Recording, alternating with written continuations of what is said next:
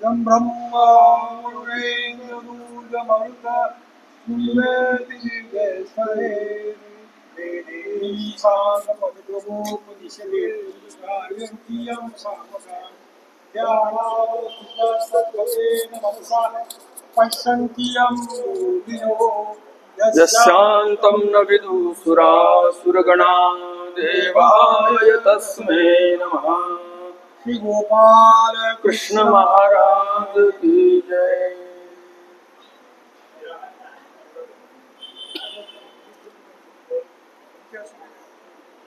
तो हरपोथीला घालून टाका, आहे ना जास्त? नाही पोथीला होते ना, आज जरा पोथी. श्री गोपाल कृष्ण महाराज की जय। सर्वज्ञ श्री चक्रधर स्वामी की जय। श्री दत्तात्रेय महाराज की जय।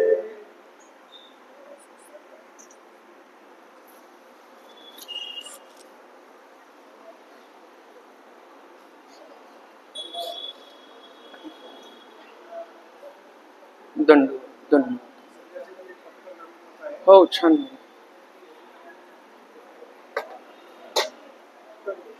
दंड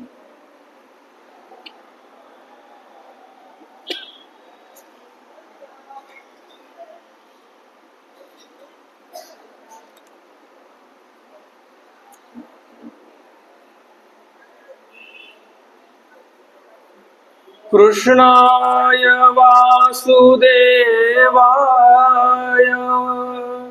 हरये परमात्मने प्रणत क्लेशनाशाय श्री गोविंदाय नमो नमः। श्री गोविंदाय नमो नमः। श्री गोपाल कृष्ण महाराज की जय।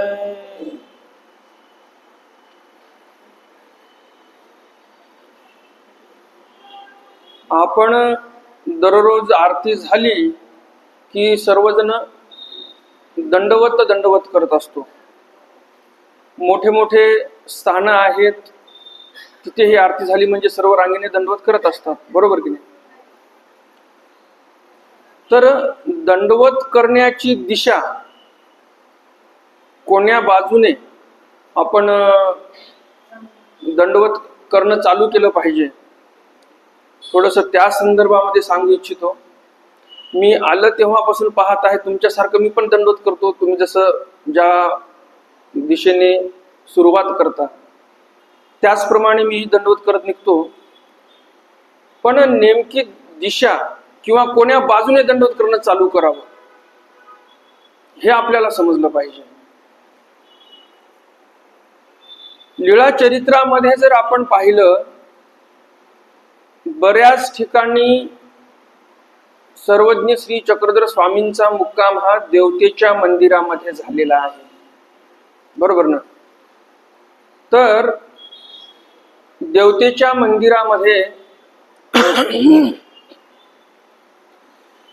मंदिरामध्ये ज्यावेळेस मुक्काम व्हायचा त्यावेळेस भगवंत त्या मंदिरामध्ये कोण्या दिशेला, कोण्या हाताला, कोण्या बाजूला थांबायचे, मुक्काम करायचे, जर आपण ते लक्षात घेतलं तर आपल्याला मग दंडवत करण्याचं पण लक्षात येऊन जाईल.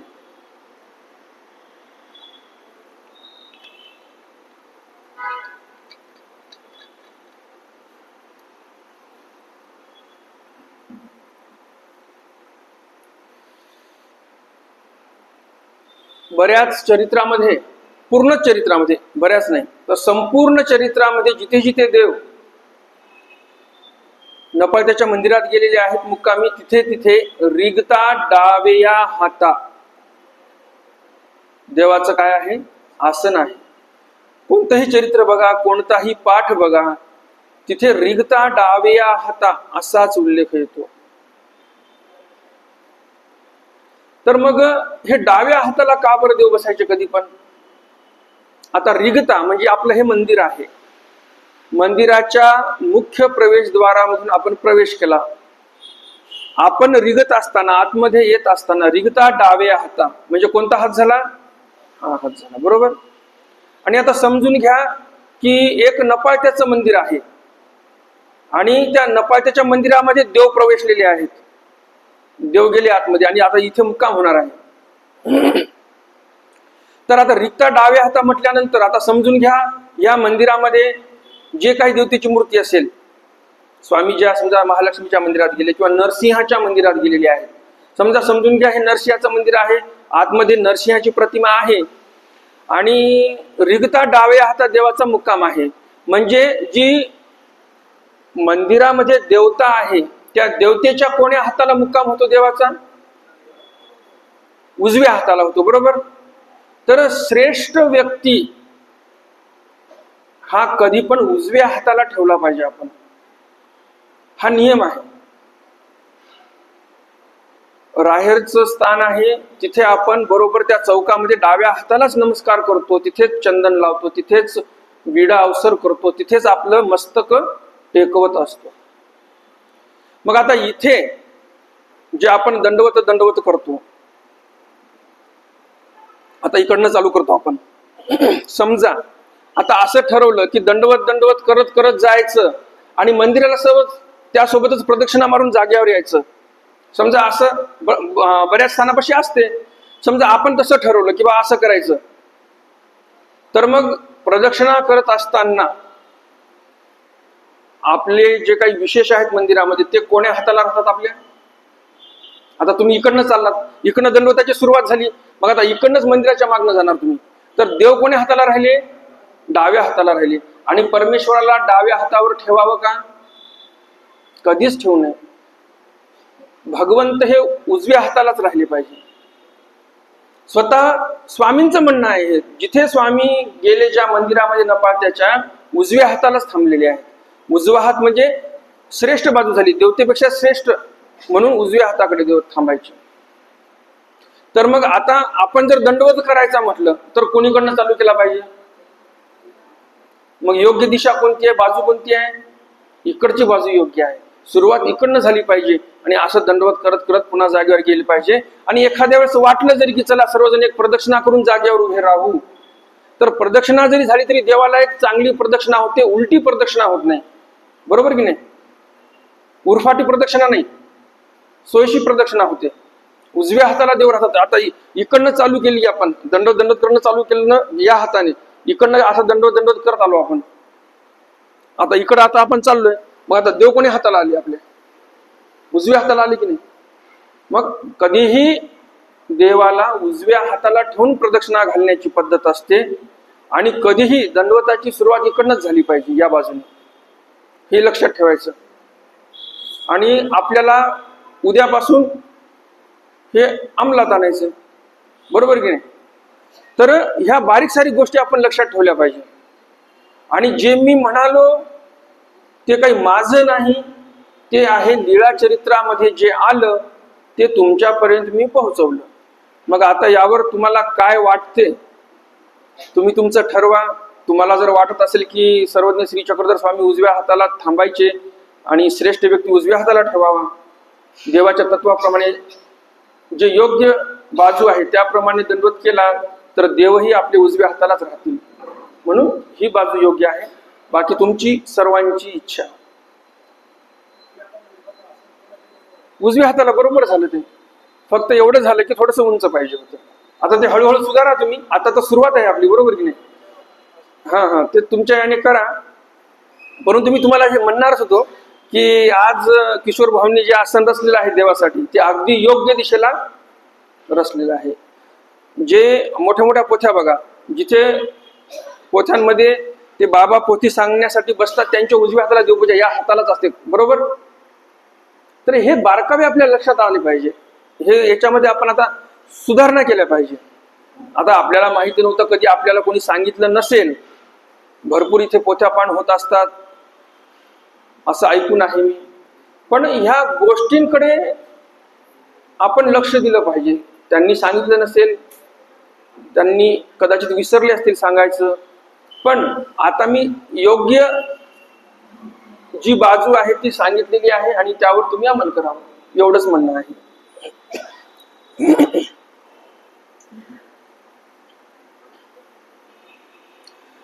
सकाळच्या ज्ञानसत्रामध्ये आपण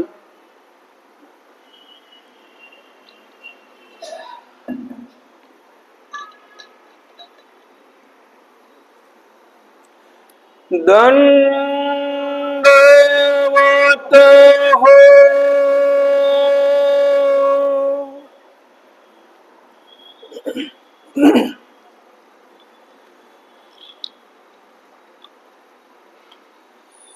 सकाळच्या ज्ञानसत्रामध्ये आपण पाहिलं भगवंत श्रीकृष्ण हे आघासुराच्या जवळ आलेले आहेत आणि सर्व प्रकार पाहिलेला आहे. पाहिल्यानंतर त्यांच्या लक्षात आलं की आता सर्व काही आतमध्ये पोटामध्ये जाऊन बसलेले आहेत गोपाळ वासर. मग भगवंत विचार करतात की आता याला एका लातत मारावं तर आपलेही गोपाळ वासर तेही मरण्याची शक्यता आहे. मग आपले माणसं जर मरत असतील तर मग या दैत्याचा संहार करून फायदा काय होतो बरं. त्यामुळे आपले माणसं वाचले पाहिजे. म्हणून पुढं कवीने एक सुंदर उपमा दिलेली आहे. जैसा संसारा माझी अवतरणू उद्धरिला भगत जणू तैसे सर्पमुखा माझी रिगोणू आपुली रक्षिता जाला. उत्तरा संकटी स्मरिला तैश्री चक्रधरू होवणी पातला मग गर्भ स्थितू राखिला जेणे परीक्षिती. जो हरी लागल्या वन्ही का कोपल्या दुर्वासा मुनी ते राखिले संकटा पासोणी पांडव जेणे. भगवंत हे सर्पमुखा माझी गेले आपल्या भक्तांचं रक्षण करण्यासाठी. जसं परीक्षितीचं रक्षण केलं उत्तरेच्या गर्भात असताना, उत्तरेने ज्या वेळेस भगवंताचं स्मरण केलं त्यावेळेस, आणि परीक्षितीचं रक्षण केलं. पुढं भक्तांसाठी देवाने काय काय केलं कविते सांगतात. जोहरी लागल्या वन्ही, लाक्षागृह, वारणावत येथे एक लाक्षागृह तयार करण्यात आलं होतं. कपट कारस्थान हे या कौरवांचे पांडवांना मारण्यासाठीचे लहानपणापासून चालू होते.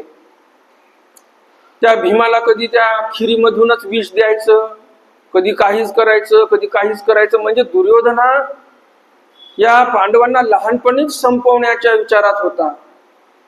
वास्तविक पाहता पांडवांचा जो सर्वात मोठा भाऊ होता म्हणजे धर्मराजा युधिष्ठिर हा दुर्योधनापेक्षाही मोठा होता. तरी पण हा दुर्योधन लहान असून यांना मारण्याचा प्रयत्न करायचा. एक नाही, दोन नाही, तीन नाही, कितीतरी प्रयत्नावर प्रयत्न. ज्याप्रमाणे श्रीकृष्ण भगवंताला मारण्यासाठी कंसाने प्रयत्नावर प्रयत्न केलेले आहेत. कोणता बांबळ भट्ट पाठवला, पूतना पाठवली, तृणाव्रत पाठवला, बगासूर पाठवला. आता आघासुराचं प्रकरण आपण बघतच आहोत. असे भरपूर असुर जसे पाठवले, भगवंत होते म्हणून तरले,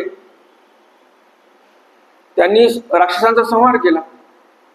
पण पांडव जे होते यांच्याही मागे असेच हे भाऊबंदकी लागलेली होती मारण्यासाठी, की मी राजा झालो पाहिजे, माझ्यापेक्षा धर्मराजा मोठा आहे. आता राजा तर तो होणार पुढे चालून, त्यापेक्षा यांना लहानपणीच मारून टाकलं तर मोठा झाल्यावर मीच राजा होणार. तर मग असंच एकदा धर्मराजा युधिष्ठिराला युवराज म्हणून घोषित करण्यात आलं. आणि जो युवराज आहे तोच पुढे राजा होणार हे ठरलेलं. मग हस्तिनापूरच्या राज्यसभेमध्ये धर्मराजा युधिष्ठिराला युवराज म्हणून घोषित करण्यात आलं आणि नंतर लगेच वारणावतला पाठवलं. काहीतरी उत्सव होता त्याच्यामध्ये सम्मिलित होण्यासाठी. जनता ही बघेल आपला युवराज कसा आहे या उद्देशाने पाठवलं. आता ज्याच्या बऱ्यावर देव असतो त्याचं कोण काय वाईट करणार आहे बरं? इथे दुर्योधनाचा एक विश्वासपात्र व्यक्ती होता पुरोचन नावाचा. त्या पुरोचनाने काय केलं? लाक्षागृह तयार केलं. दिसायला तर छान घर दिसायचं, ते आतमध्ये पूर्ण लाख आणि जे ज्वलनशील पदार्थ असतील त्यापासून ते घर तयार केलेलं. एक ठिणगी पडण्याची आवश्यकता फक्त, आणि लगेच ते असं भडभडभड पेटून उठेल. अशा लाक्षागृहामध्ये पांडव, कुंती मुक्कामी थांबले. श्रीकृष्ण भगवंताची लीला व्यवस्थित त्यांचं नियोजन लावलं. आतमधून एक सुरंग तयार केली एका माणसाला सांगून. यामध्ये विदुरालाही सोबत घेतलं होतं. विदुराने एक भरोशाचा माणूस लावला तिथे कामाला, आणि त्या सुरंगाच्या मधून पांडवांना बाहेर काढण्यात आलं. लाक्षागृह जरी इकडं पेटलं तरी पण पांडव मात्र सुरक्षित बाहेर काढले. तर जोहरी लागल्या वन्नी, ज्याप्रमाणे भगवंतांनी रक्षण केलं पांडवांचं, किंवा मग का कोपलया दुर्वासा मुनी. दुर्वास ऋषी हे कोण होते? फार तपस्वी, अत्री अनुसूयेचे सुपुत्र, श्री दत्तात्रय भगवंतांचे भाऊ. एवढे ज्येष्ठ श्रेष्ठ व्यक्तिमत्व त्रेतायुगापासून होते ते द्वापर युगामध्ये पण त्यांचा उल्लेख येतो. काय तप साधना असेल. तर दुर्वास ऋषींनी चातुर्मास घेतली दुर्योधनाची. दुर्योधनाने विनंती केली की तुमच्यासारखा तपस्वी जर आमच्या हस्तिनापुरामध्ये येऊन थांबला तर आम्हाला फार आनंद होईल. आमच्या हस्तिनापूरचं भाग्य उदयाला येईल. तुम्ही आमच्याकडे अवश्य यावं. एवढ्या नम्रतेने दुर्योधनाने विनंती केली. दुर्वास ऋषी म्हणतात काही हरकत नाही, आम्ही येऊ तुमच्याकडे. आता तो राजा होता. पांडव इकडे वनवासामध्ये गेलेले होते, आणि हा राजा असल्यामुळे आता तुम्ही त्या दुर्वास ऋषीचे 10,000 शिष्य असो किंवा 88,000 सहस्त्र असो, त्या सर्वांची व्यवस्था होणार ना. कारण की राजाची आज्ञा झाली म्हणजे सर्व दल हलत असते. मग आता या सर्व ऋषींची व्यवस्था हस्तिनापूरमध्ये व्यवस्थित झाली. दररोज त्यांना जेवायला वाढणं, पत्रावळी उचलणं वगैरे वगैरे इतकी सेवा केली दुर्योधनाने. दुर्वास ऋषीला वाटलं काय भक्त आहे चांगला हा, किती सश्रद्धा आहे, याच्यासारखा पुण्यवान माणूस दिसत नाही मला. मग चातुर्मास संपत आलेली होती, आणि शेवटच्या दिवसामध्ये दुर्योधन विनंती करतो दुर्वास ऋषीला की ऋषी हो, आपण एवढे महान तपस्वी, मला तर पुण्य दिलं तुम्ही माझ्या या नगरामध्ये आलात माझ्या विनंतीला मान देऊन, आणि तुम्ही माझ्या सर्व इच्छा पूर्ण केल्या. आलात तिथं राहिलात, आमचं अन्न ग्रहण केलं आणि आम्हाला सेवेचा अवसर दिला. आता मला असं वाटते की माझे जे भाऊ आहेत, हा कोण बोलत आहे? दुर्योधन बोलत आहे. काय म्हणतो दुर्योधन? माझे जे भाऊ आहेत ते वनामध्ये राहतात बिचारे, त्यांना कधी साधूंचा सत्संग घडावा. तुमच्यासारख्या साधूंचा संग जर घडला तर त्यांचंही जीवन उपकृत होऊन जाईल, कृत्य होऊन जाईल, त्यांचंही भाग्य उदयाला येईल कदाचित. तुम्ही एकदा त्यांच्याकडे जा. आता लहान लेकराला पण कळेल की वनवासात राहणारे पांडव 5 जण आहेत, द्रौपदी सोबत आहे. आता हे झोपडीमध्ये राहणारे जंगलामध्ये जर दुर्वास ऋषी सारखे तपस्वी तिथे गेले, आपले 88,000 शिष्य घेऊन, वनवासी पांडव काय व्यवस्था करतील बरं? आहे का काही? करतील का ते व्यवस्था? त्यांच्याकडे शक्ती आहे का? राजवैभव तर सर्व हडपून टाकलेलं आहे या दुर्योधनाने. काही पैसा आदला जवळ नाही, जंगलामध्ये राहतात, झोपडीमध्ये. एवढं तर समजायला पाहिजे होतं. दुर्वास ऋषींना काही एक समजलं नाही. विवेक बुद्धी मावळून गेलेली होती दुर्वास ऋषींची. आणि दुर्वास ऋषी सहज म्हणतात काही हरकत नाही, तुझी इच्छा आहे, तुझी म्हणजे दुर्योधना, तुझी बुद्धी तुझ्या भावांविषयी एवढी चांगली आहे, तुझ्या भावना एवढ्या चांगल्या आहेत, काही हरकत नाही, तुझ्या भावांनाही पुण्य देण्यासाठी मी तिकडे जातो. दुर्वासूशी असं नाही म्हटले की ते राज्य वैभव त्यांच्याकडे नाही, कोण्या राज्याचे ते राजे नाही आणि ते कशी व्यवस्था करतील माझी, हा प्रश्न साधा त्यांच्या मनामध्ये पडला नाही. आणि सरळ निघाले पांडवांकडे. आता म्हणे यांच्याकडे आपण थांबणार. सर्व ऋषीजन पोहोचले आश्रम मध्ये. आनंद झाला सर्वांना. आता 88,000 शिष्यमंडळी सोबत आहे दुर्वास ऋषींच्या आणि चालत चालत येत आहेत. तर ते दुरूनच यांना समजलं की फार मोठं कोणतं तरी सैन्य येणार आहे की काय, असा एवढा आवाज चालू झालेला होता. पाहतात तर काय ऋषीमुनी लोक. मग सर्वांचा आदरातिथ्य करतात. सर्वांचं म्हणजे मुख्य जे आहेत दुर्वास ऋषी त्यांचा आदरातिथ्य करतात आणि म्हणतात दुर्वास ऋषी, आम्हाला फार भूक लागलेली आहे, हस्तिनापूरवरून आम्ही पायी पायी आलेलो आहोत, आम्हाला जेवण्याची तयारी करा. आता काय करणार आहेत बिचारे, तुम्ही विचार करा. काय म्हणतात दुर्वास ऋषी, जेवणाची तयारी करा आमची, आम्हाला भूक लागलेली आहे, आम्ही तोपर्यंत संध्या वंदन करून येतो, संध्या स्नान करून येतो आम्ही. धर्मराज युधिष्ठिर म्हणतात काही हरकत नाही, जशी तुमची इच्छा, तुम्ही तुमचं संध्यावंदन आटपून या, तोपर्यंत मी इकडे तयारी करतो. आता विचार करा काय वाटलं असेल त्यावेळेस त्यांना. ऋषी तर सर्व निघून गेले. आता यक्ष प्रश्न समोर उभा राहिलेला आहे. आता करायचं कसं? आता यांची जर व्यवस्था झाली नाही, असा भयंकर श्राप देतील की आपल्याला तो सोसवल्याच जाणार नाही. कारण भारतीय इतिहासामध्ये सनातन संस्कृतीमध्ये जेवढे काही तपस्वी ऋषीमुनी होऊन गेले त्यापैकीचे सर्वात उग्र, तामस, रागिष्ट, क्रोधिष्ट ऋषी म्हणजे दुर्वास ऋषी. आणि एवढं मोठं संकट कुणी पाठवलं? दुर्योधनाने. म्हणजे विचार करा, त्यांचं राज्य वैभव हडपून टाकलेलं आहे, सर्व बळकावलं या दुर्योधनाने. बिचारे जंगलात राहत आहेत, सुखाने राहू तर द्यायचं, तिथेही सुखाने राहू देत नाही. याला आसुरी वृत्ती म्हणतात. आपण सुखाने राहायचं नाही, दुसऱ्यालाही राहू द्यायचं नाही. आता मनामध्ये त्याच्या द्वेष भावना आहे. जरी तो राजमहालामध्ये राहत असेल दुर्योधन, त्याच्या मनामध्ये द्वेष भावना आहे, सुडाच्या भावना आहेत, तो जळत आहे मनामध्ये. कशाचं सुख आलं त्याला? म्हणजे स्वतःही दुःखामध्ये. आणि हे पांडव कसे तरी जंगलामध्ये राहतात, देवाचं नाव घेतात, आनंदात आहेत. ते कसे तरी आपले घास कुटका करतात, तयार खातात, जंगलातून काही लाकडं वगैरे आणतात, सगळं व्यवस्थित चालू आहे कसं तरी त्यांचं. कारण हे पुण्यात्मा होते. पण दुर्योधन असा पापी होता की तो स्वतःही सुखामध्ये राहत नव्हता, दुसऱ्यालाही सुखामध्ये राहू देत नव्हता. आणि दुर्वास ऋषी गेले संध्या वंदनासाठी. इकडे द्रौपदीने धावा केला, म्हणजे आता फार मोठं संकट आलेलं आहे माझ्यावर, आता कोण सहाय्य करू शकेल आपल्याला? माझा बंधू, फक्त माझा श्रीकृष्णच मला सहाय्य करू शकेल. स्मरण केलं देवाचं. काही क्षणामध्ये देव तिथे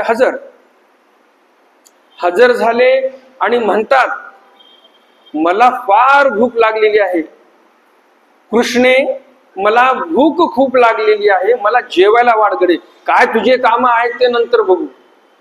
आता विषय असा झाला, यांच्याकडे एक अक्षय पात्र होतं, पण एकदा ते जेवण झालं, धुवून उघडं घातलं की त्याच्यातून काही निघत नव्हतं. आणि हे बरोबर संध्याकाळच्या वेळेला, संध्यावंदनाच्याच वेळेला पोहोचलेले होते. यांचे जेवण खावणं सर्व आटपलेले होते. ते पात्र धुवून उघडं घालून ठेवलेलं होतं. मग आता श्रीकृष्ण भगवंत म्हणतात पुन्हा की मला जेवायचंय. आता बहीण म्हणते द्रौपदी, अरे म्हणे देवा, माझ्यावर तेच संकट आलेलं आहे की जेवू कसं घालू, आणि तू आल्या मला जेवायचंच मागतोस, आता करायचं कसं? भगवंत म्हणतात काहीतरी असेल घरामध्ये. असं कुठं निरंक घर असते का? काहीच नाही घरामध्ये. द्रौपदी म्हणते, अरे आम्ही जंगलात राहतो, इथे काही साठवणूक करण्यासाठी आमच्याकडे काही कणग्या आहेत की काय आहे? काहीच नाही आमच्याकडे, काहीच नाही. बघ म्हणे काहीतरी असेल. आता द्रौपदीला वाटते, अरे म्हणत आहेत तर बघायला काय हरकत आहे. मग ते इकडं तिकडं बघितलं, त्या पात्रामध्ये पाहिलं एक भाजीचं पान. आपण म्हणतो ना, द्रौपदीचं भाजीचं पान जसं स्वीकार केलं, विदुराच्या कन्या, सुदामाचे पोहे, द्रौपदीचं भाजीचं पान. किंवा असं म्हणतात की त्या पात्रामध्ये एक भाताचा कण होता, एक तांदूळ होता, असंही बोलतात. तर आपण म्हणून आपल्या पद्धतीनुसार आपल्या ज्या परंपरेमध्ये आलेलं आहे की एक भाजीचं पान होतं उरलेलं, ते देवाने खाल्लं आणि खाल्ल्यानंतर ढेकर दिला. म्हणे आता माझं पोट भरलं. आता जो विश्वाचा पती आहे त्याचं पोट भरलं, मग आता विश्व काय उपाशी राहणार आहे का तिथं? हे 88 सहस्र ऋषी इथं आंघोळ केले, दुर्वास ऋषींनी पण संध्यावंदन केलं, स्नान झालं, सर्व झालं. आता ज्यावेळेस निघायचं यांच्या झोपडीकडे पांडवांच्या, आपोआप जसं श्रीकृष्ण महाराजांनी ढेकर दिला तसे यांना ढेकर यायला लागली. सर्वजण म्हणतात एवढी भूक लागली होती आपल्याला, आता तर पार पोटच फुगून गेले, आपलं ढेकर यायला लागलेले आहेत, आता करायचं कसं? म्हणे तिकडं तर सांगून आलो आपण, आता जेवायची तर इच्छा नाही. 88 सहस्र ऋषी आणि दुर्वास ऋषी या सर्वांना ढेकर यायला लागलेत की पोट एवढं भरलेलं आहे. मग म्हणे आता करायचं काय? त्यांना तर सांगून आलो जेवायचं, आता त्यांनी स्वयंपाक तयार केला असेल, आता कसं करायचं? आणि इकडे पांडवांना प्रश्न पडलेला, आता दुर्वास ऋषी येतील, आता कसं करायचं? श्रीकृष्ण भगवंत म्हणतात अरे काहीच चिंता करू नका, मी आलोय ना. आता भीमाला म्हणतात तू जा, त्या दुर्वास ऋषींना बोलावून घेऊन ये सर्वांना. भीम म्हणतो काहीच हरकत नाही. आता देव म्हटलं ते पूर्व दिशा, पांडवांचं असं होतं, देव म्हणतील ते पूर्व दिशा, काही मागं पुढे विचार करायचा नाही. भीम असा नाही म्हणला, अरे देवा इथं स्वयंपाक नाही, काही नाही, साधं आपण कणिकही तिंबून ठेवलं नाही, आपल्याकडे कणिकही नाही, काहीच नाही, आणि कसं काय बोलवायला सांगता तुम्ही? काहीच विषय नाही, देव म्हटले बोलवा, निघाले. मग आता ते जात असताना नेमकं कोण्या दिशेला गेले, कसं गेले, त्यासाठी आवाज तर द्यावा लागेल ना. मग भीम जो आहे तो आवाज द्यायला लागला. ऋषी मुनी हो, दुर्वास ऋषी हो, जोऱ्या जोऱ्यात आवाज द्यायला लागलेले आहेत भीम. आता भीमाचा आवाज काय लहान राहणार आहे का? त्या दुर्वास ऋषीच्या कानावर आवाज जातो, अरे म्हणे भीम आलेला आहे म्हणे. आता म्हणे आपण जर गेलो नाही तर ते स्वयंपाक वाया गेला म्हणून हा आपल्यालाच दंडित करेल म्हणे. स्वयंपाक करायला लावला, आता हे काय तुमचा बाप खाणार आहे का? हे भीमाचं काम फार अवघड आहे म्हणे, आपल्याला पुढं घालूनच नाही म्हणे. हे काय कोणाचं ऐकत नाही म्हणे. धर्मराजा तरी बरा, याच्याशी ज्यांनी पंगा घेतला त्याचं काही नाही. ते मराठीत एक म्हण आहे, आमच्या शिवाकडं त्याचे मसनात लाकडं. तर म्हणे भीमासोबत वाकडं घेण्यात काही मजा नाही, पळा म्हणे, पहिलं पळा इथून, आता काही बघू नका मागे पुढे, पहिलं धावायचं बघा म्हणे इथून. भीमाच्या तावडीत सापडलं तर आपलं काय खरं नाही. ते सर्व निघून गेले. हे कशाचं लक्षण आहे बरं? दुर्वास ऋषी एवढा तपस्वी, परंतु त्यांना का लक्षात आलं नाही की 88 सहस्र ऋषीचं नियोजन हा धर्मराजा युधिष्ठिर किंवा पांडव कसे लावतील? का आलं नसेल मनामध्ये? यामागचं कारण एक आहे, जयाचे जैसे अन्न तयाचे तैसे मन. अन्न कुणाचं खाल्लेलं आहे? दुर्योधनाचं अन्न खाल्लेलं आहे. सद्बुद्धी, विवेक, विचार सर्व मावळून गेलेले आहेत. जयाचे जैसे अन्न तयाचे तैसे मन. ज्याचं अन्न आपण खाल्लं त्याच्यासारखं आपलं मन होऊन जाईल. म्हणून आपल्या पंथामध्ये दंडवत घालताना म्हणतात की बाबा देवाला विनंती करतात, ज्यावेळेस आपण उपहार दाखवतो, आपली जी क्रिया आहे त्याचा दंडवत घालतो देवाला, आपण काय म्हणतो? देवा आमचं राजस तामस अन्न सात्विक करा, आमची जी राजस तामस क्रिया आहे ती सात्विक करून स्वीकारात घ्या. हे विनंती त्यासाठी करतो आपण. आणि दुर्योधनाने काही विनंती केली असेल का की आमचं जे राजस तामस अन्न आहे ते सात्विक करा म्हणून? नाही. मग ते अन्न जसं खाल्लं, एवढ्या मोठ्या दुर्वास ऋषीची बुद्धी भ्रष्ट झाली. विचार करा. मग तुमच्या आमच्या सारख्याचं काय खरं आहे? ते बरं आहे, देवाला विनंती करतो आपण म्हणून देव दयाळू मयाळू कनवाळू कृपाळू आहेत. थोडक्या विनंतीला मान देऊन आपलं सांभाळून येतात सर्व. थोडस कमी जास्त झालं की टाकलं त्या स्वर्गाच्या पायरीमध्ये, थोडं कमी जास्त झालं की टाकलं त्या जडवाच्या नरकामध्ये. असं असतं तर काय झालं असतं? आपलं नरकच भोगत राहिलो असतो आपण. ते दैववश आपल्याला हा ईश्वर धर्म मिळालेला आहे, म्हणून त्याचा परिपूर्ण फायदा आपण घेतला पाहिजे. एवढा दुर्वास ऋषी चालून आला, भगवंतांनीच सहाय्य केलेलं आहे. ते राखिले संकटापासून पांडव जेने, तेव्हा संकटापासून पांडवांचं रक्षण केलं ज्या भगवंताने, तेच भगवंत इथे त्या गोपाळांसाठी आघासुराच्या मुखामध्ये गेलेले आहेत. आता तुम्हाला असं वाटेल आघासुराचं प्रकरण लहानपणचं आहे आणि मध्येच सांगतात पांडवांचं, लाक्षागृहाचं. हे असं कसं काय बरं? तर हे कवीचं वर्णन आहे बरं का. वास्तविक हे प्रकरण मागं पुढे जसे आले आता इथं तसेच घडले असं नाही. तर हे जे कवी आहेत ते आपल्याला समजावून सांगण्यासाठी हे उदाहरणं देत आहेत की भगवंत कसे असतात.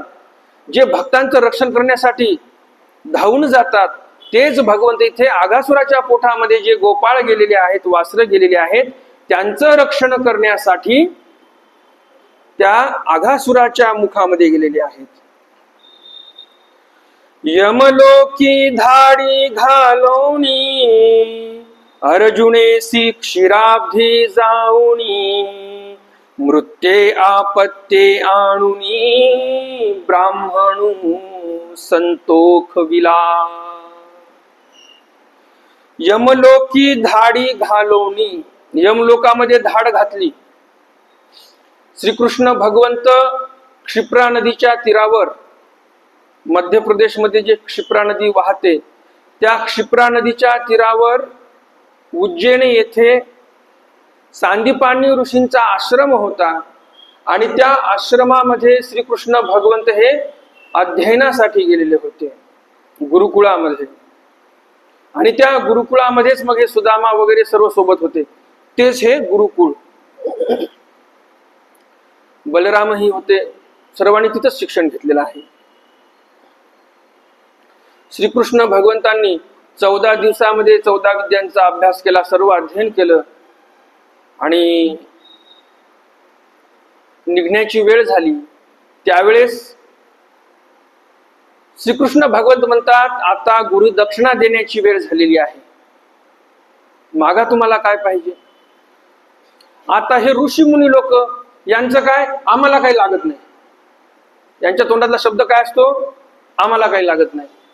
मग आता हे ऋषी मुनी म्हणणार तेवढ्यामध्ये, सांदीपानी ऋषी पण तसे म्हटले असते की आम्हाला काही लागत नाही. पण मनामध्ये थोडा विचार आला की आता हे श्रीकृष्ण जर आपल्यावर प्रसन्न झालेला आहे आणि म्हणजे मागा तुम्ही मला गुरुदक्षिणा म्हणत आहेत, तर आता यांच्याकडून काही लागते का आपल्याला एकदा घरी विचारलं पाहिजे. मग सांदीपानी ऋषी त्यांच्या पत्नीकडे गेले आणि विचारलं की असं असं श्रीकृष्ण भगवंत म्हणत आहेत, काही गुरुदक्षिणेमध्ये पाहिजे ते द्यायला तयार आहेत, काही मागायचं का. त्यावेळेस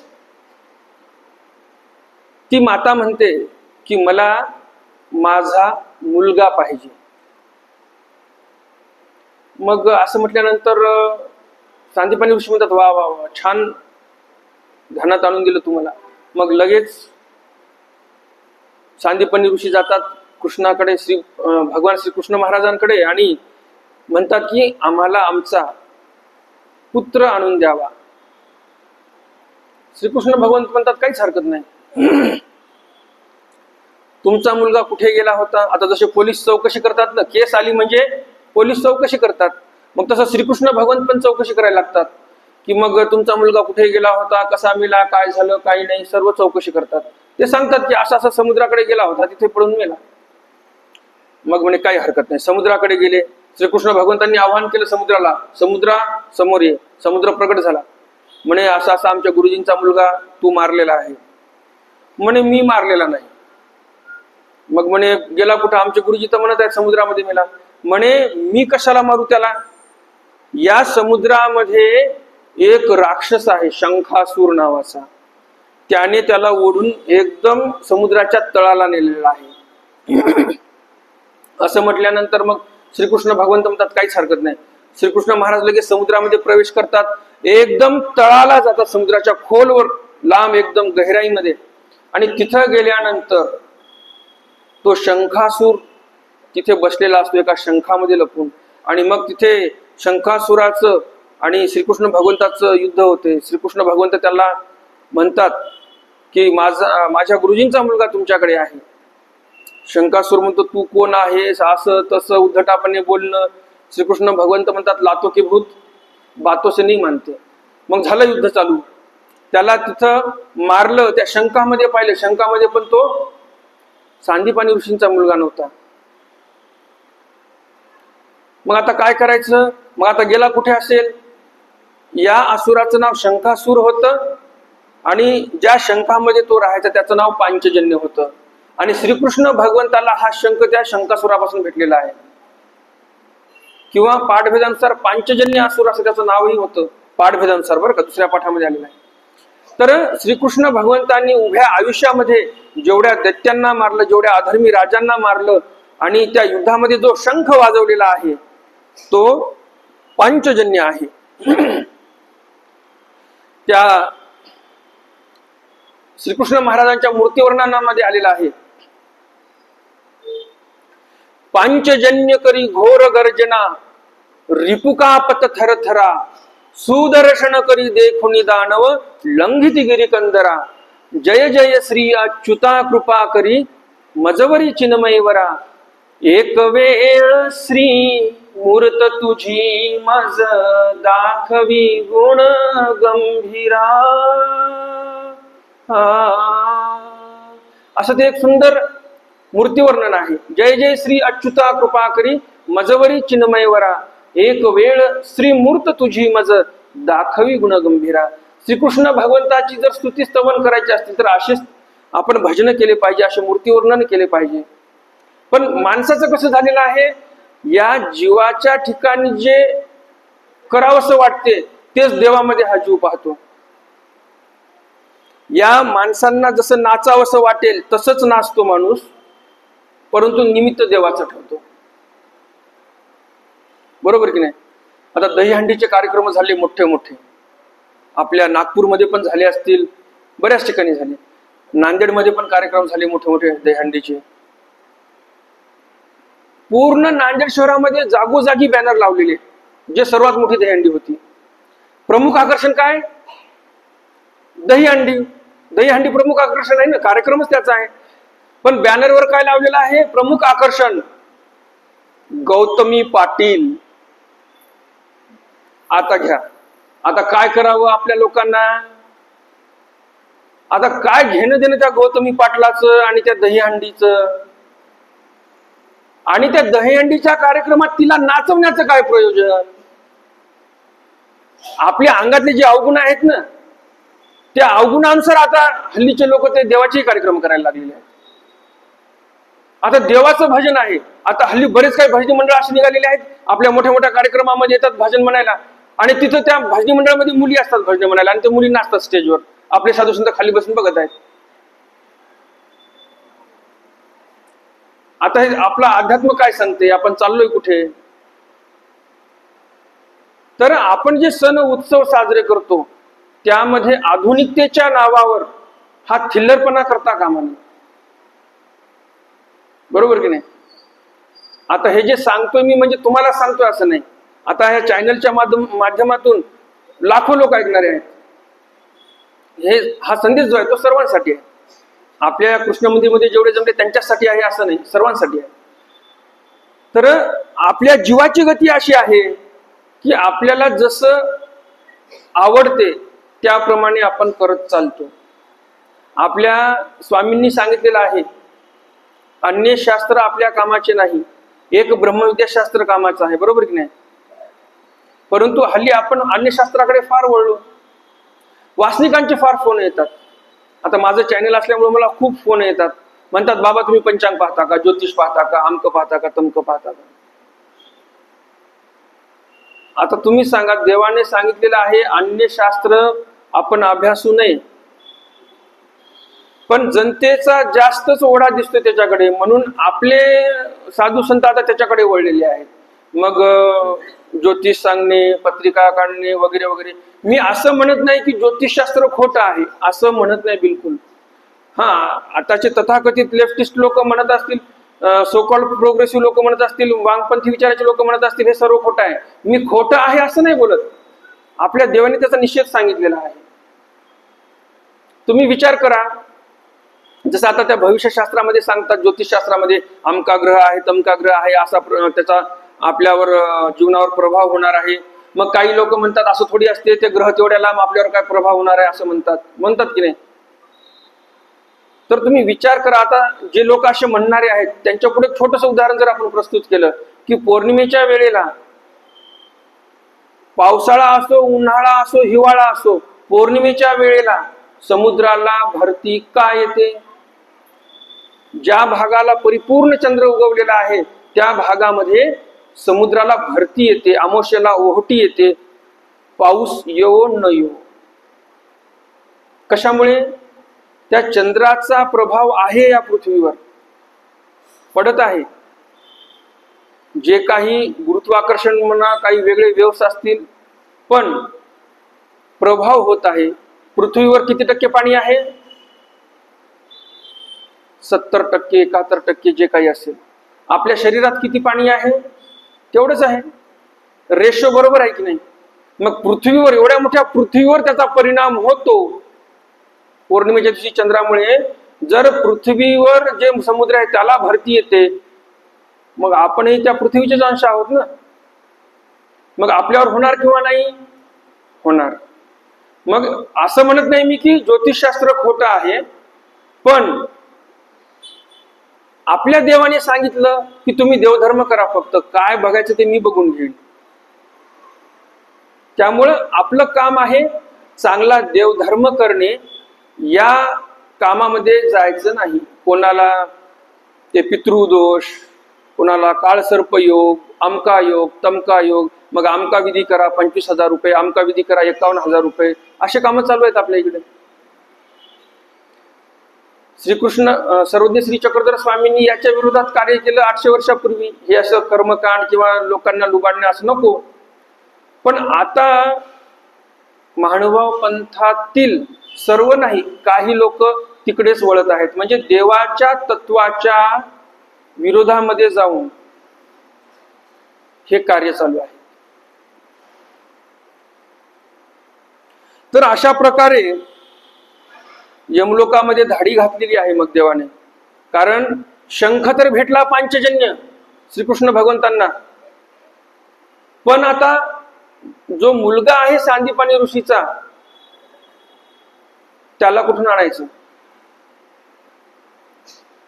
मग आता समुद्रामध्ये नाही, समुद्राकडे तर नव्हता, असुराकडेही नाही सापडला, मग आता कुठे असेल तो? यमलोकामध्ये. मग यमलोकामध्ये गेले भगवंत आणि तिथनं सांदीपानी ऋषीच्या मुलाला आणलेला आहे. पुनर्दत्त नाव आहे. तर त्या सांदीपानी ऋषीच्या मुलाला आणलेला आहे पुनर्दत्तला, आणि सांदीपानी ऋषीच्या सांभाळी घातलं. आणि मग भगवंत ही गुरुदक्षिणा देतात आणि निघून जातात. आपली शिक्षण पद्धती किती सुंदर होती हो पूर्वीची. सर्व विद्या ग्रहण करायची, नंतर फी द्यायची. आता LKGचा UKGचा मुलगा 2 लाख 2.5 लाख डोनेशन द्यावं लागते मोठ्या मोठ्या कॉन्व्हेंट शाळांमध्ये. आणि शेवटी काय होते परिणिती त्याची? कॉन्व्हेंट शाळामध्ये काय असते? फादर, मिस, अमक तमक, ख्रिश्चन मिशनरीजच्या शाळा असतात त्या. आणि शेवटी मुलं आपल्या संस्कृतीच्या विरोधातच उभे होतात, आपलीच मुलं. मग तुम्ही सांगा, आपली जी संस्कृती श्रावण बाळाला घडवते, आपली संस्कृती एवढी श्रेष्ठ, याच्यातील कथा न सांगता यापासून दूर आपल्या मुलांना नेण्यात येते. आणि मग शेवटी हे मुलं, सिंघानियाचा जसा मुलगा, त्या दिवशी उदाहरण सांगितलं मी तुम्हाला, घराच्या बाहेर काढलं की नाही. आता त्या सिंघानियाने त्याच्या मुलाला कुठे टाकला असेल? एवढा करोडपती माणूस, आपलं रेमंड कंपनीचा मालक, मुलाला शिकण्यासाठी कुठे टाकले असेल? कॉन्व्हेंट शाळेमध्ये. मग तिथं शिकून काय आला तो? पाश्चात्य संस्कृती. आणि असं शेवटी वडिलालाच बाहेर काढून टाकलं घराच्या त्याने. तर श्रीकृष्ण भगवंताच्या काळामध्ये म्हणा, त्यानंतरच्या काळामध्ये गुरुकुळ पद्धती होती. आणि गुरुकुळ पद्धतीमध्ये जेव्हापर्यंत ही पिढी घडत गेली तेव्हापर्यंत आपली ही जी मातृभूमी आहे, हे जे राष्ट्र आहे, हे सुरक्षित होतं, वैभवशाली होतं, वैभव संपन्न होतं. आणि पूर्ण जगाचा आपला भारत देश हा गुरु होता. म्हणून भारताला पूर्वी विश्वगुरु असं बोलायचे. या पृथ्वी तलावर जेव्हा जेव्हा मोठी मोठी संकट आली तेव्हा तेव्हा या भारतातीलच या राष्ट्रातीलच लोकांनी त्या संकटापासून दूर केलेलं आहे या पृथ्वीला. तर असं ते गुरुकुळ परंपरेचं शिक्षण होतं. आणि आज जर पाहायला गेलं तर मग ट्युशन आहेत, कोचिंग क्लासेस आहेत. पहिलं पैसे द्यायचे, तुमचा रिझल्ट जे लागेल ते लागेल, आम्हाला घेणं देणं नाही. कोणते त्याच्यामध्ये स्किल नाही आहे का? काहीतरी कला शिकवलेली आहे बाबा, काहीतरी समजा डिग्री जरी भेटली आणि उद्या जर कुठे नोकरी नाही लागली तर काहीतरी कला शिकवली, काहीतरी स्वतःमध्ये वृद्धी केली गुणांची, काही कला शिकली आणि मग त्याद्वारे त्याने उदरनिर्वाह चालवला. असं कधी झाले का? नाही. स्किल डेव्हलपमेंटला इथे प्रोत्साहनच नाही या शिक्षणामध्ये, फक्त कागदावर डिग्र्या. बरोबर की नाही? आता चालू झाले म्हणा स्किल्ड लेबर तयार करणे किंवा स्किल्ड एम्प्लॉईज तयार करण्यासाठी आता ते नवीन नवीन उपक्रम चालू झालेले आहेत सध्या. मृत्यू आपत्ती आणून ब्राह्मण संतोखविला. अर्जुनेसी क्षीराब्दी जाऊनी. क्षीराब्दीला कसे अर्जुन देव गेले, कसे आले, हे सर्व प्रकरण तुम्हाला सांगितलेलं आहे मी. आता पुनरावृत्ती काय करणार नाही. तर अर्जुन देवाने ज्यावेळेस ब्राह्मणाचे मुलं आणण्यासाठी गेले होते त्यावेळेस श्रीकृष्ण भगवंतही सोबत होते, अर्जुन देवही होते. ते क्षीराब्दीला गेले आणि ते ब्राह्मणाचे जे मुलं होते ते मुलं आणलेली आहेत आणि त्या ब्राह्मणाला देऊन टाकले. तर तो ब्राह्मणू संतोखविला. तो अर्थाचा कैवारी रिगाला सर्पमुखा माझारी. तव गज बजले अंबरी देवता गण. तो अर्थाचा कैवारी. कोणाचा कैवारी आहे देव? अर्थाचा. आर्त म्हणजे कोण? जो आरती करतो.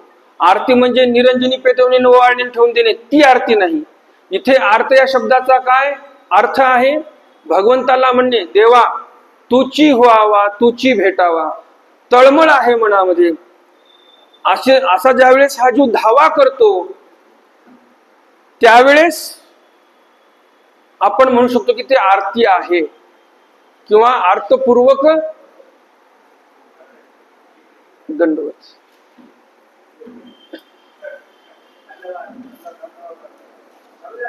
दंडवत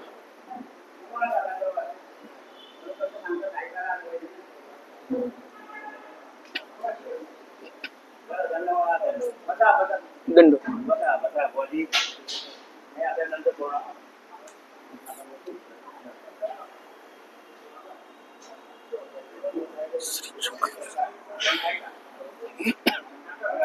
अरे बाबा देवाचं आहे ते, देवाचं असेल, देवाचं असेल.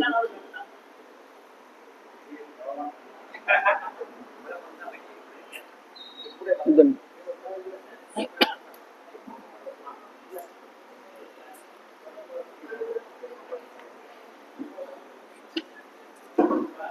तो आर्ताचा कैवारी रिगाला सर्पमुखा माझारी. जे आर्ताचे कैवारी आहेत भगवंत ते सर्पमुखाच्या मध्ये गेलेले आहेत.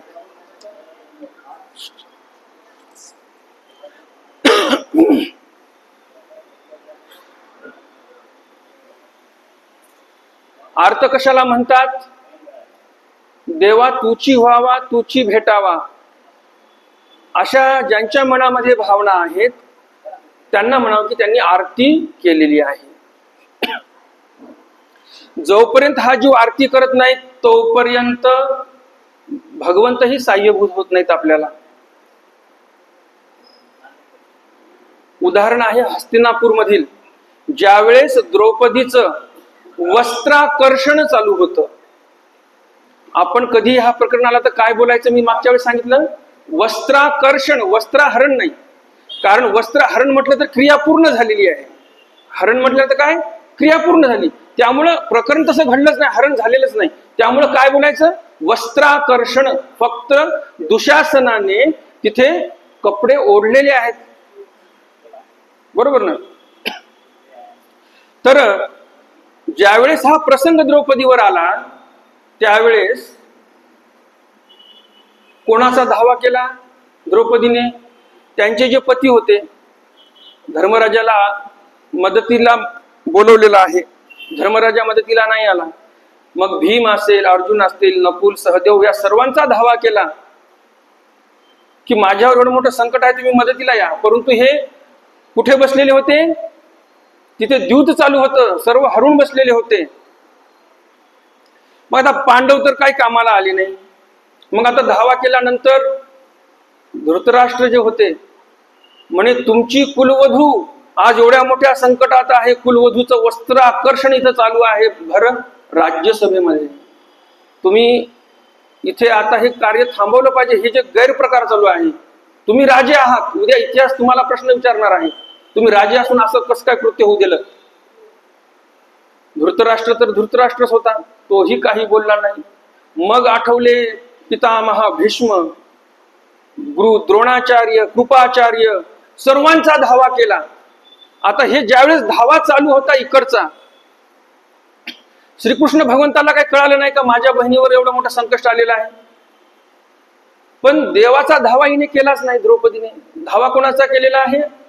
पांडवांचा केला, धृतराष्ट्राचा केला, पितामह भीष्म, गुरु द्रोणाचार्य, कृपाचार्य.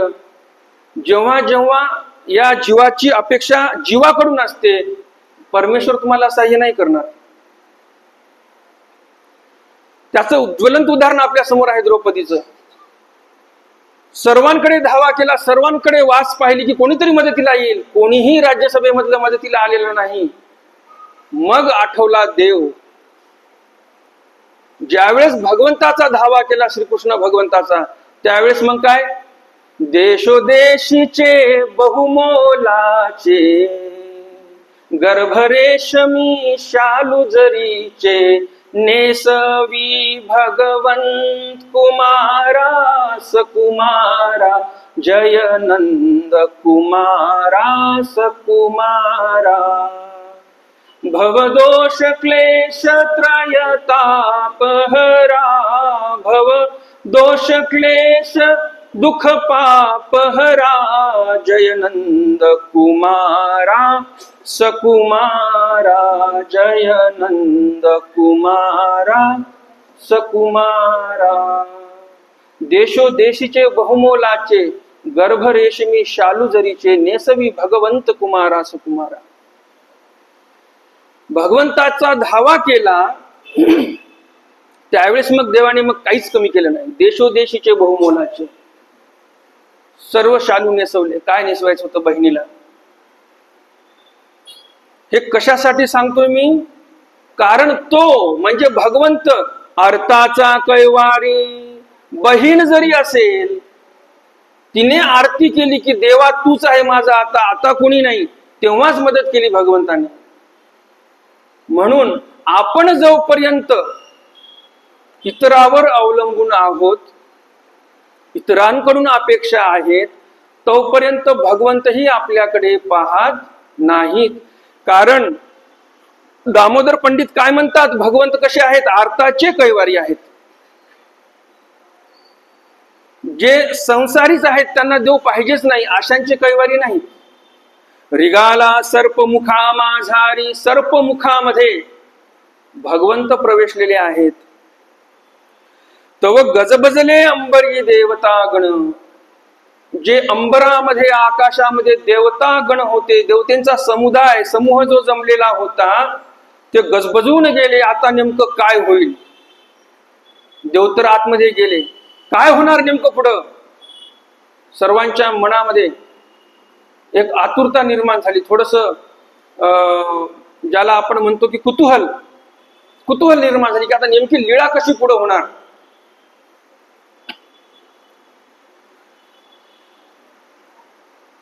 म्हणती जयाचा अवतारू, फेडावया भूमीचा भारू, करावया दैत्यांचा संहारू, आता कैसे वर्तेल. भगवंताचा अवतार कशासाठी आहे? जे भूमीला भार झालेले पापी लोक आहेत, जे आसुरी वृत्तीचे लोक आहेत, आसुर आहेत, अशा या भूमीला भार झालेल्या लोकांचा नाश करून या भूमीवरचा भार फेडण्यासाठी अवतार घेतलेला आहे. म्हणती येयाचा अवतारू. हे कोण बोलत आहेत? देवतागण बोलत आहेत. म्हणतात की या भगवंताचा अवतार हा भूमीचा भार फेडण्यासाठी झालेला आहे.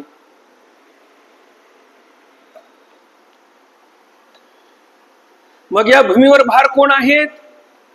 कराव्या दैत्यांचा संहारू. हे जे दैत्य आहेत हे या भूमीवर भार आहेत. तर त्यांचा संहार करण्यासाठीच यांचा अवतार झालेला आहे. आता कैसे वर्तेल. आता कसं होणार पुढे, असा प्रश्न यांच्या मनामध्ये आहे. देव आघासुरासी सांपडला, तव दैत्यामणी हरिखू झाला. सृष्टी संहारू जयाची लीळा, ते बळ जाणती ना. देव आघासुराशी सापडला. त्या आघासुराच्या मुखामध्ये देवाने प्रवेश केलेला आहे. आघासुराला आनंद झाला. आता हा माझ्या राजाचा जो काळ आहे, म्हणजे कंसाचा जो काळ, हा माझ्या कचाट्यामध्ये सापडलेला आहे. तव दैत्यामणी हरिखू झाला. हर्ष झाला त्या दैत्याला, आघासुराला. सृष्टी संहारू जयाची लीळा, ते बळ जाणती ना. अहो, सृष्टीचा संहार करणे ही ज्यांची लीळा आहे, सहज सृष्टीचा संहार, मायेला प्रवृत्ती जाणवली, सृष्टी रचनेची असो किंवा सृष्टी संहाराची असो, क्षणामध्ये ती सेविका बसलेलीच आहे. माया ही क्षणामध्ये कार्य करते. आता ज्यांची सेविका एवढी सामर्थ्यवान आहे, ह्या सृष्टी संहार करणं आणि सृष्टीची रचना करणे ह्या लीळा आहेत त्या भगवंताच्या. असा तो भगवंत जो आहे, त्या भगवंताचं बळ जाणती ना. या असुराला काय माहिती या भगवंताचं काय बळ आहे.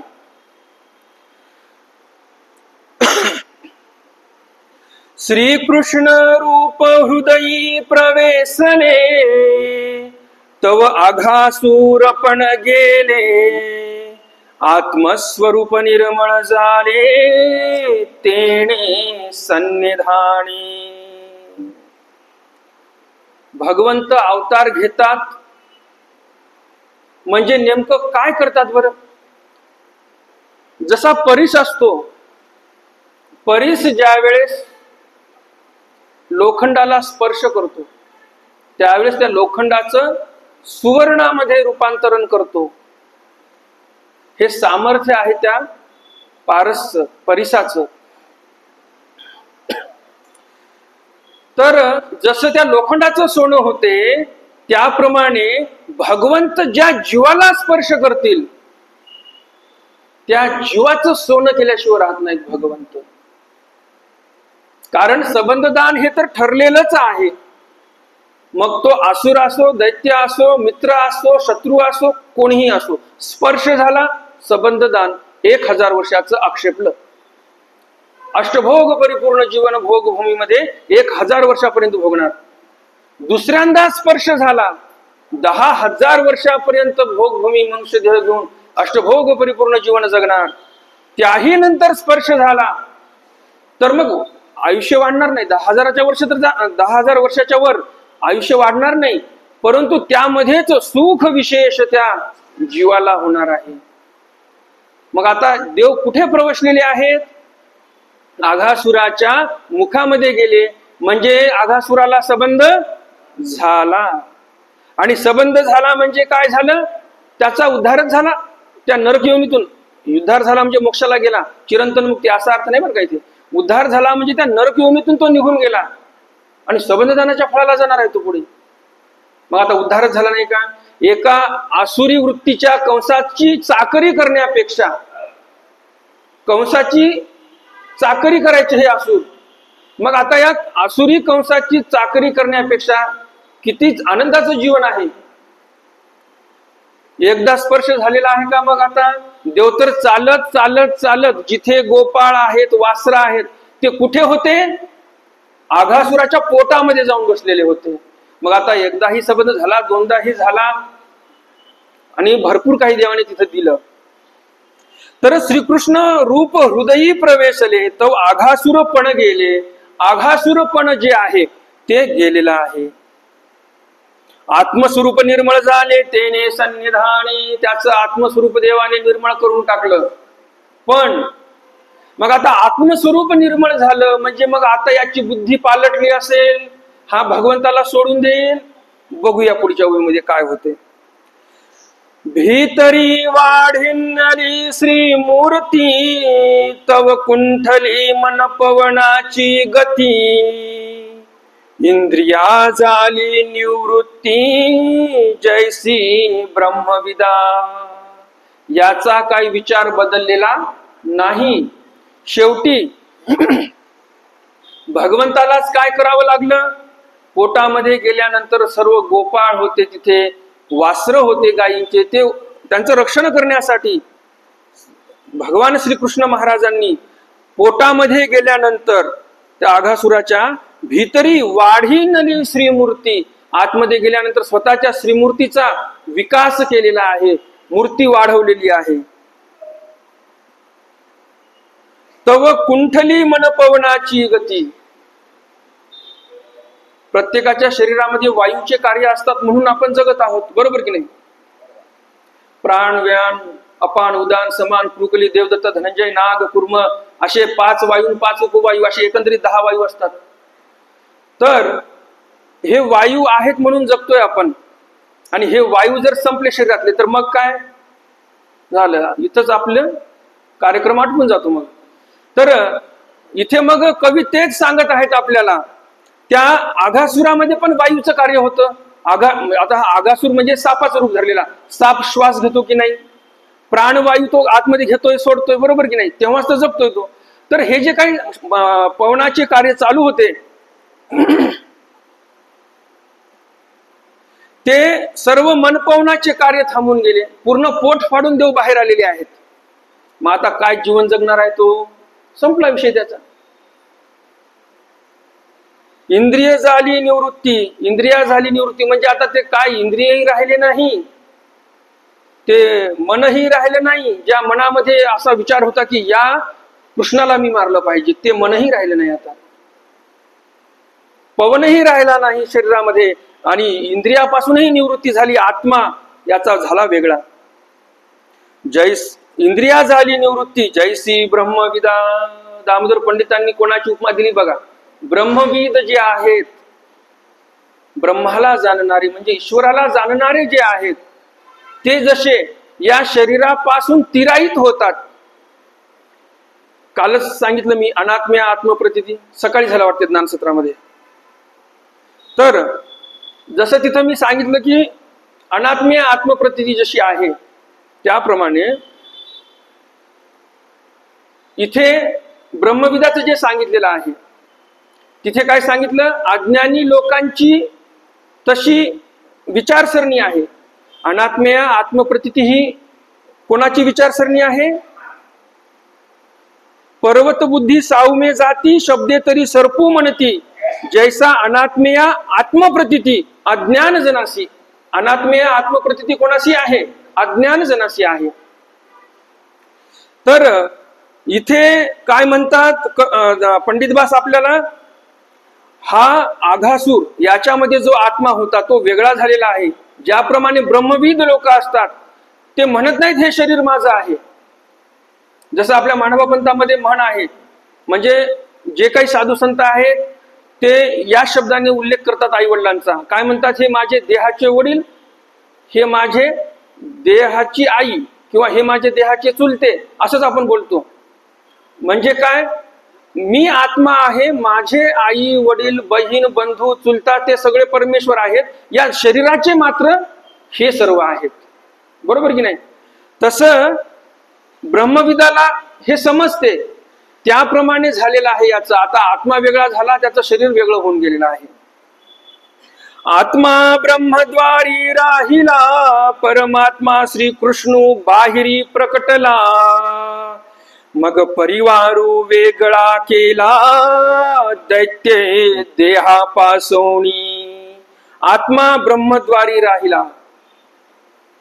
प्रत्येकाचं ज्यावेळेस आत्मा निघतो, ब्रह्मरंध्राद्वारेच आत्मा बाहेर निघतो, असं आपल्या योगशास्त्रामध्ये आलेलं आहे. तर ब्रह्मद्वारी याचा आत्मा राहिलेला आहे. परमात्मा श्रीकृष्ण बाहेरी प्रकटला. परमात्मा श्रीकृष्ण बाहेर प्रगटलेला आहे. मग परिवारू वेगळा केला दैत्य देहापासून. या दैत्याचं जे देह होत, त्या दैत्याच्या देहापासून आपला परिवार म्हणजे गोपाळ असतील, वासर असतील, हे सर्व वेगळे केले. या गोपाळांवर ही वेळ का आली? त्यांना आघासुराच्या पोटामध्ये जाऊन बसावं लागलं. एका ओवीच्या शेवटच्या खंडीमध्ये सांगितलं पंडित दासांनी, एक सावमे निघाले, जे स्वतःला जास्त हुशार समजत होते, त्यांना देवाच्या ठिकाणी आवडी नव्हती तेवढीशी, म्हणून एक समोर निघून गेलेले आहेत.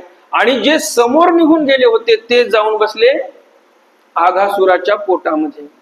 मग एकाला पाहून दुसरं, दुसऱ्याला पाहून तिसरं, देव तर मागेच इकडे राहिले.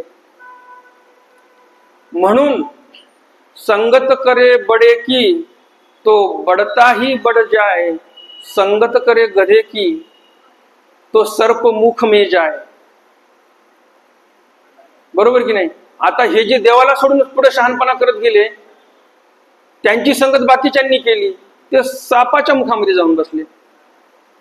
म्हणून ज्ञानी लोकांची संगत केली पाहिजे. काय म्हणत आहे मी? ज्ञानी जे जैसे असे ते तैसे जाणीजे, अन्यथा ज्ञानींची संगत करू नये.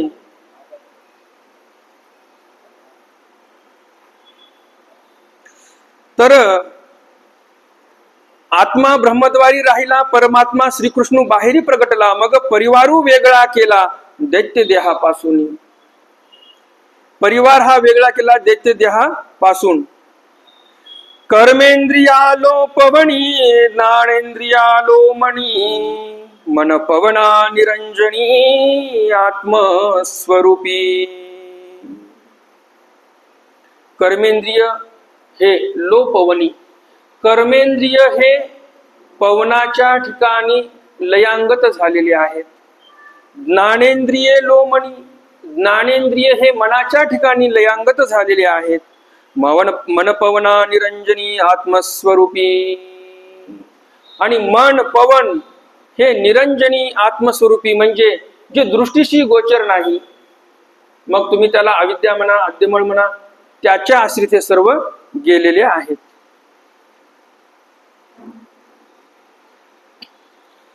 आत्मा तेज पुंजो निघाला, तेथची श्रीकृष्णी लया गेला. जैसा सरिता समुद्रू मीनला सागरासी.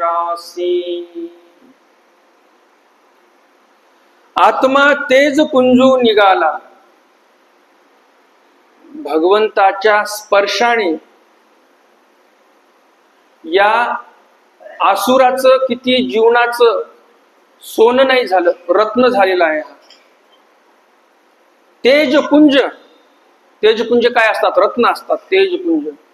तर या आघासुराचं आसुरत्व नष्ट करून याच्या जीवनाला रत्नपणा दिलेला आहे भगवंताने. म्हणून तेजपुंज आत्मा निघालेला आहे त्या तेवढ्या मोठ्या सापाच्या शरीरातून.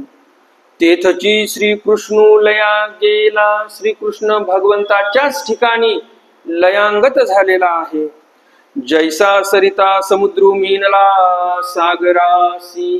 ज्याप्रमाणे सरिता म्हणजे नदी समुद्राला जाऊन मिळते, त्याप्रमाणे या आघासुराचा आत्मा जणू काही नदी आहे आणि ती जाऊन भगवंत रूपी सागराला मिळालेली आहे.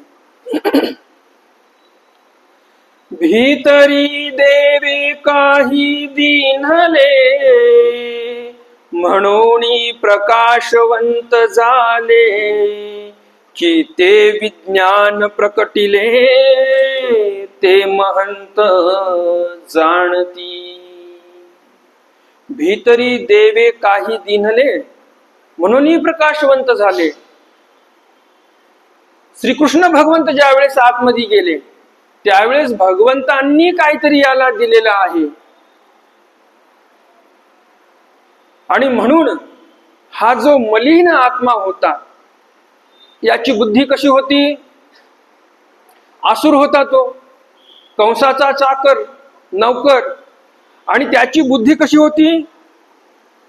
दुसऱ्याला त्रास देणं, दुःख देणं, दुसऱ्यांना खाऊन टाकणं, अशी बुद्धी. आणि शेवटी कंसाची चाकरी करत होता तर कंसाने काय त्यांच्याकडे मोहीम दिली? गोकुळामध्ये जा, माझा काळ तिथे आहे, मला त्या काळाची मृत्यू झाली असा संदेश आला पाहिजे, अशी मोहीम मी तुला देत आहे, माझ्या काळाला नष्ट करू नये, अशी मोहीम कंसाने दिली.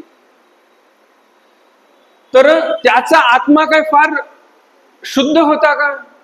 मलिन होता. अहो, भगवंताला मारण्याच्या बेताने आलेला तो, एवढी मलिन मन बुद्धी चित्त झालेलं त्याचं, आणि तो तेवढा मलिन झालेला तरी पण तेजपुंज निघाला असं बोलले इथे. तर मग नक्कीच भगवंताने भीतरी देवे काही दिनले, म्हणजे भगवंतांनी नक्कीच आतमध्ये गेल्यानंतर त्या आघासुराला काहीतरी दिलेलं आहे, म्हणून प्रकाशवंत झाले, आणि म्हणूनच तर तो प्रकाशवंत झालेला आहे आत्मा. बरं, नुसतं प्रकाशवंत होऊन निघून गेला असं नाही, श्रीकृष्ण महाराजांच्या चरणाच्याच ठिकाणी लयांगत झालेला आहे. की ते विज्ञान प्रकटिले, किंवा मग ते विज्ञान होत, ते महंत जाणती, ते महंतांना माहीत, असं पंडित बासांनी इथं प्रश्न केलेला आहे.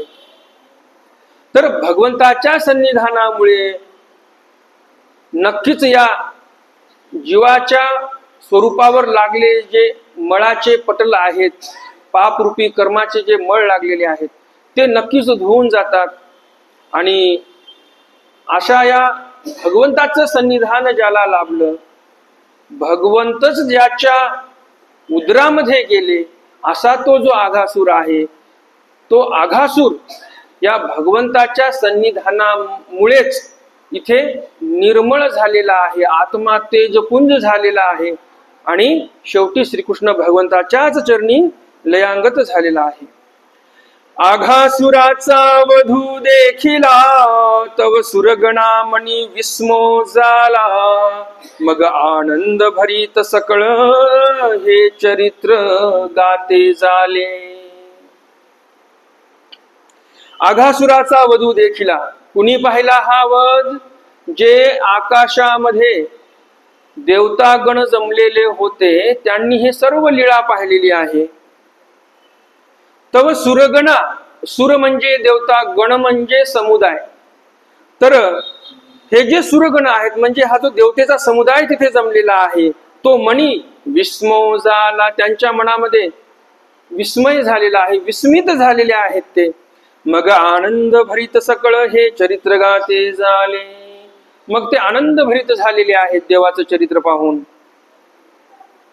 आणि नुसतं पाहून आनंदित झालेले नाही, तर ते स्वतः त्या चरित्राचं, त्या पवाड्याचं गुणगान करत आहेत. मग आता देवता ह्या आनंद भरित झाल्या आपण पाहिलं, मग काय देवाने आनंद दिला का त्यांना?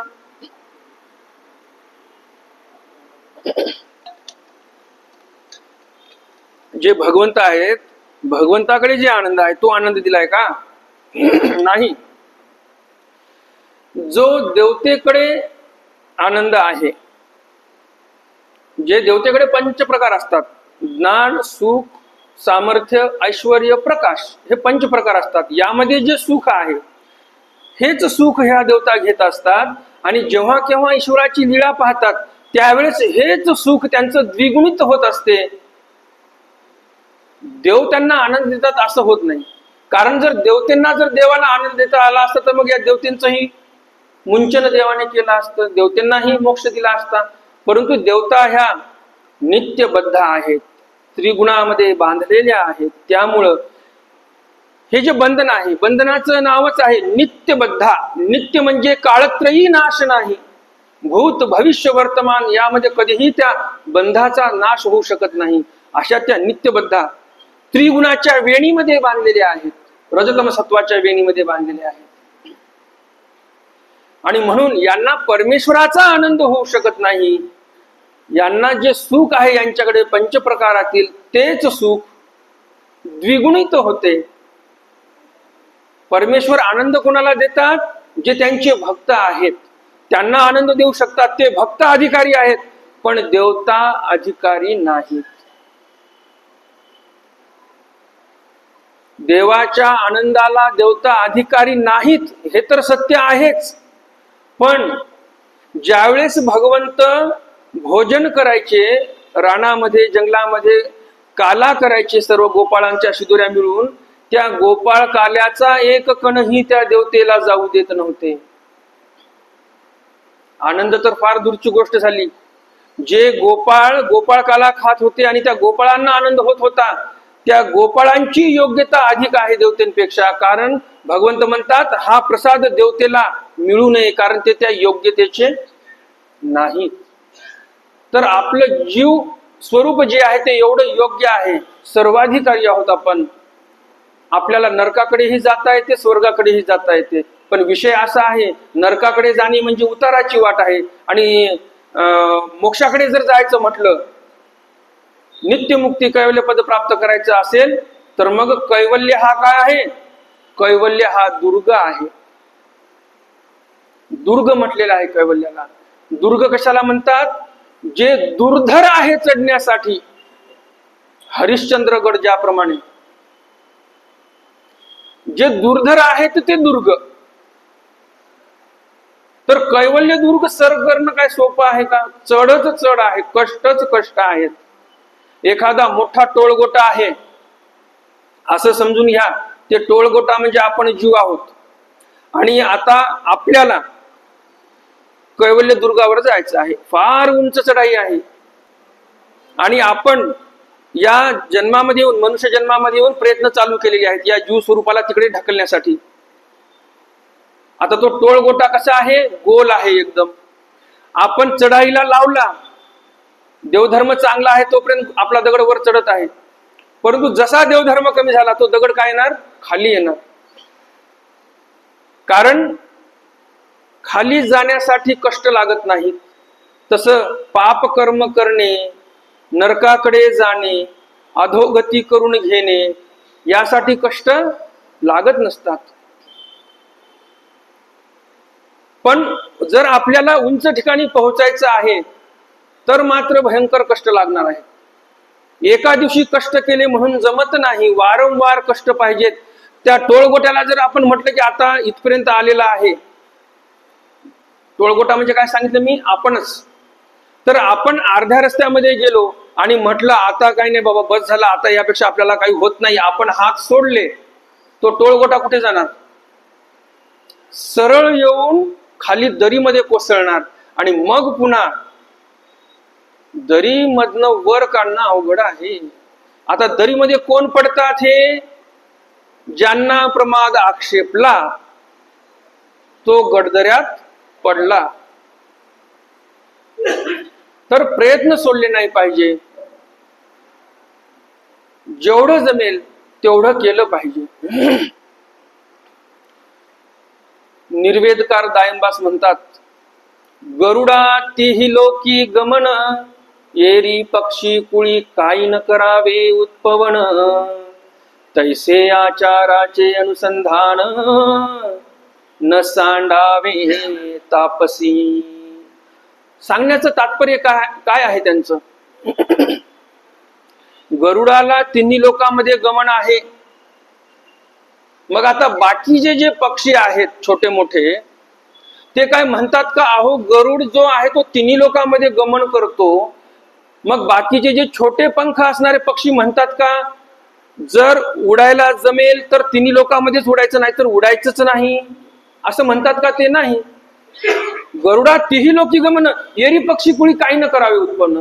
बाकीच्या पक्षीकुळांनी उत्पन्न का बरं करू नये? त्यांची जेवढी क्षमता आहे, त्यांची जेवढी शक्ती आहे, त्याप्रमाणे त्यांनी पण उडावं. तैसे आचाराचे अनुसंधान, त्याप्रमाणे आचाराचं अनुसंधान आपण सोडलं नाही पाहिजे. मानवपंथाचे आद्याचार्य श्री नागदेवाचार्य जी अष्टोप्रहर स्मरण करायचे, मग आता स्मरण केलं तर अष्टोप्रहरच करणार, कमी होत असेल तर करणारच नाही असं म्हटलं तर चालेल का? नाही. आपल्यासाठी सांगितलेलं आहे किमान 1 प्रहर स्मरण लेखी लावा. आपल्याला किती सूट दिली? 8 प्रहर आहेत, दिवसाचे 4, रात्रीचे 4. तर 8 प्रहरामधून काय सांगितलं आपल्याला? किमान 1 प्रहर स्मरण लेखी लावा. म्हणजे 8 मधून 1च प्रहर करायला लावलेला आहे. 7 प्रहर आपल्यासाठी देवाने कमी केले. अजून किती सूट पाहिजे आपल्याला? म्हणून जसा आचार आपल्याला करता येईल त्याप्रमाणे केलं पाहिजे. नाही रे बाबा आता काय होत नाही मग सर्वच अंग व्हायचं, असं नाही झालं पाहिजे. तर यथायोग्य, जसं आपण म्हणतो फुल नाही फुलाची पाकळी, जेवढी क्रिया जमते तेवढी करावी, तसंच आहे.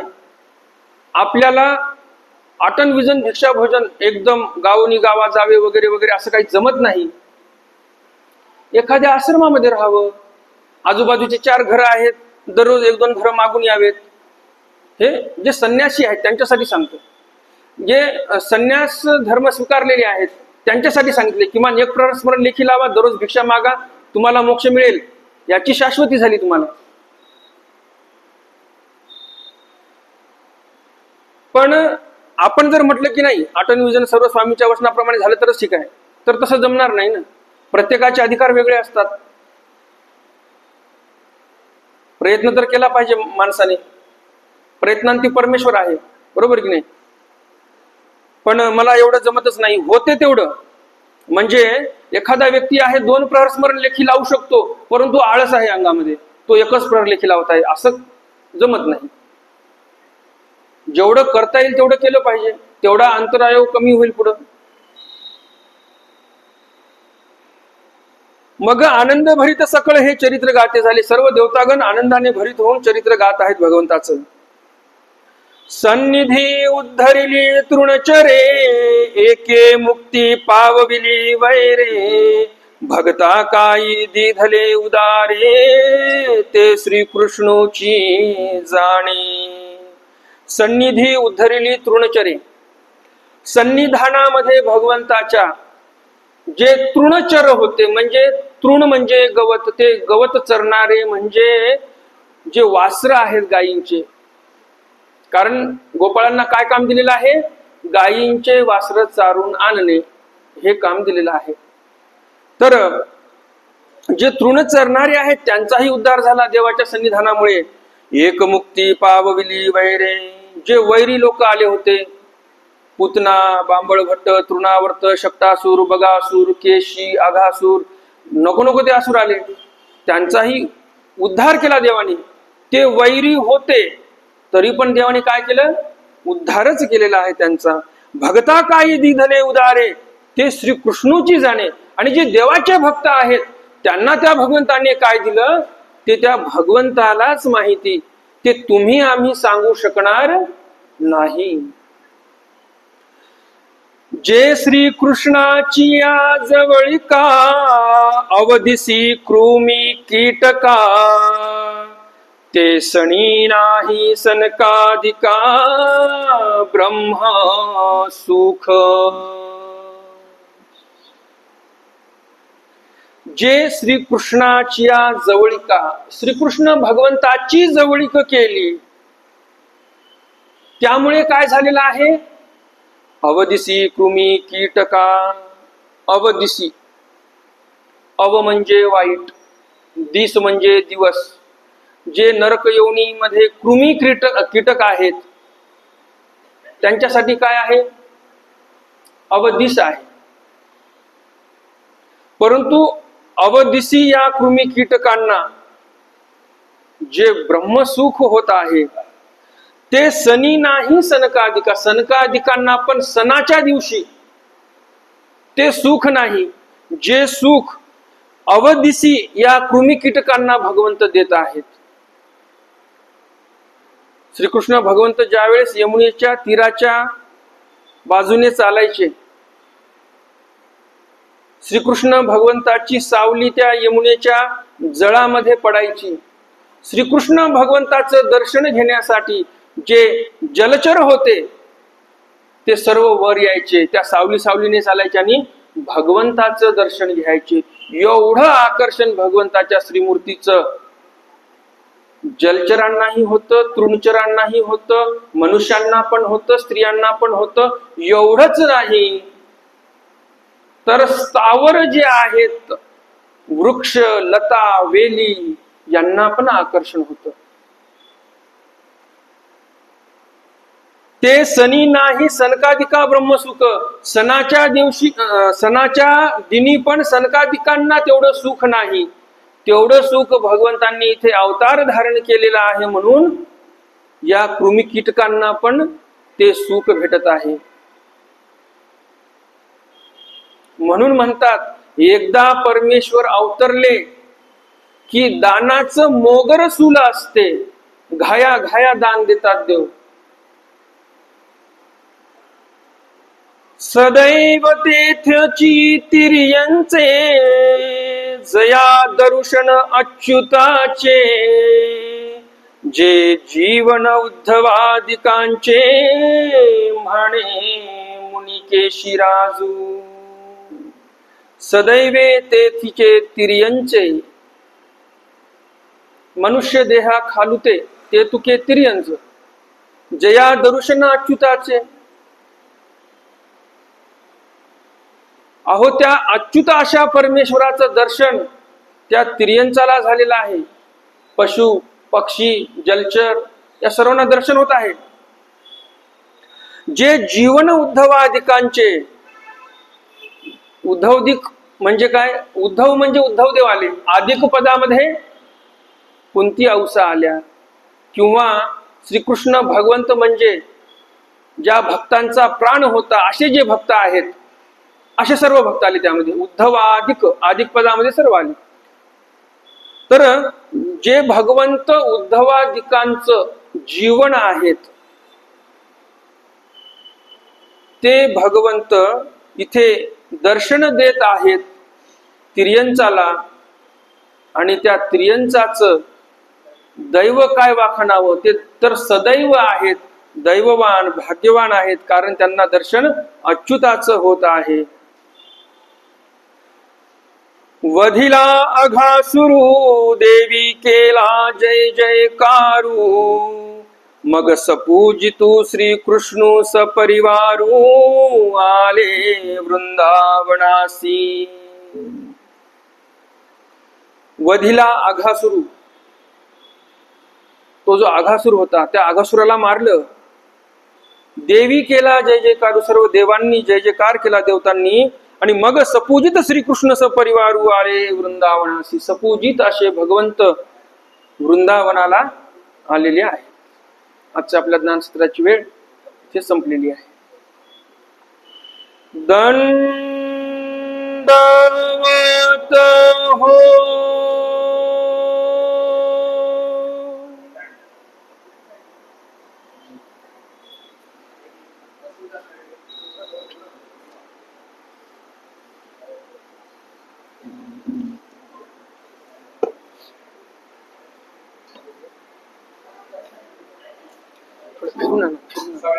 सर्वीकडे फिरून आणा असं ते थोडस. इथं उभं राहा, इथं उभं राहा, बाबांकडे धरा. हा जागेवरच फिरवायचं. मोठी कार्यक्रम त्यात इथे सर्वांना वाजता 8:30 वाजता त्या देवाची पालखी इथून निघणार आहे. तरी जास्तीत जास्त संख्येने संत भिक्षुपासनी यांनी या इथे पालखी उपस्थित व्हायचं. तरी सर्वांनी याची नोंद घ्यावी आणि आपल्या तयारीने सकाळी 9 वाजता हजर राहावं. लागतात प्रणव तिथे आपला कार्यक्रम आहे दिवसभर. तिथे सर्वांनी पक्षाच्या दृष्टीने हजर राहणं जरूरी आहे. दंडवत प्रणव.